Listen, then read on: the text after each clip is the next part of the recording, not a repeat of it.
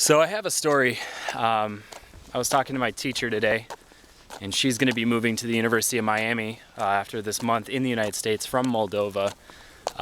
She's going to be going through a program for a scholarship that she won, which is really interesting. It doesn't happen very often.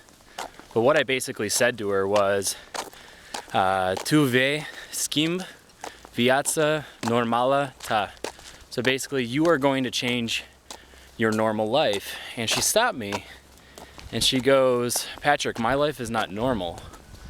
And I asked her, why would you say that? Why isn't your life normal? I don't mean any offense by that, but when I say my normal life, it's me being in Chicago or Northbrook, Illinois. And, for me, that's what I consider normal. And for her, I figured, her life here was considered normal to her. But she kind of brought up a whole point that I wasn't really thinking of, but definitely was taking into consideration, was the fact that she said that life isn't normal here, as in it's not plain, it's not standard, it's not what's up to par with everything that you've experienced in your life. We don't live, we survive.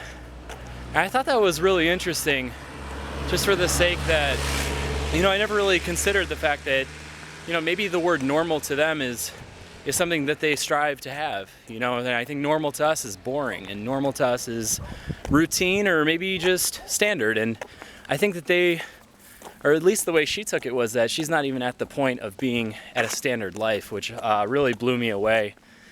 And she brought up something that was pretty deep and really registered with me today. And she kind of said that, her parents growing up had it just way worse than what she has right now. Anything that she considers to be not a very good standard of living is way different for her parents.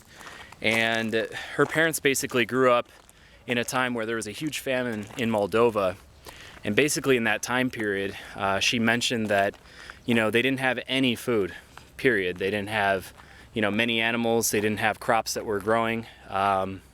People who had cows would keep the cows in their houses in order for other people to not steal them. People would kill people's, cows outside, and it was a crazy time back then. And I think the other thing that she brought up was it got so bad during this time of famine that families would actually choose which kid they would have to kill in order to make food. And you think about that, like cannibalism, and I don't know, just the fact that would ever really exist is just, it's number one, it's unimaginable, but it's just, you just think about the desperate times that they've had here. And, that is, up to this point, that's about 60 to 70 to 80 years ago. But, it's just nuts how that could actually play a part in somebody's life.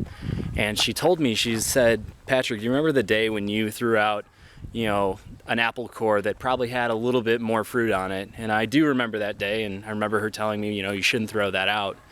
And to me, it was just an apple core that, had a little bit of brown on it, had a little bit more fruit, but, to me, it's just, I wanted to eat through the good parts and get rid of the rest. And she says that, that's just getting rid of that apple core would be sacrilege to her parents. They value food. They eat everything down to the core, and if they don't eat it themselves, they offer it to friends. Even a half, eaten piece of fruit, and they'll even give it to their animals just to help that animal grow. And, it's something that I obviously take for granted in my life. And I think when she told me that, it really started to click in. And it's just really cool. But today, for example, I had my lunch, and, I didn't want to eat a half a tomato. And I didn't want to eat the meat that I got today. Just wasn't very hungry, but I actually have it in my backpack right now, and I'm going to give it back to my family today and put it back in the fridge, because you never know. Somebody could use that fruit, or somebody could help feed their animals. Even my family, we have animals in our backyard that we help grow. So, it's just not taking for granted what we have. And I think that, being an American and being from, a family that, has money, and I've always ate comfortably and slept comfortably, it's just one of those things you don't really take very seriously, but they really, they really are serious things that need to be considered from here on out. So that story today was very powerful. It left me with a lasting impression, and it's probably going to stick with me my rest of my service here. But you know, just very insightful, and I'm definitely appreciative of everything I have. So that's pretty much it, but just wanted to bring things into context a little bit here in Moldova. So with that, I'll see you soon.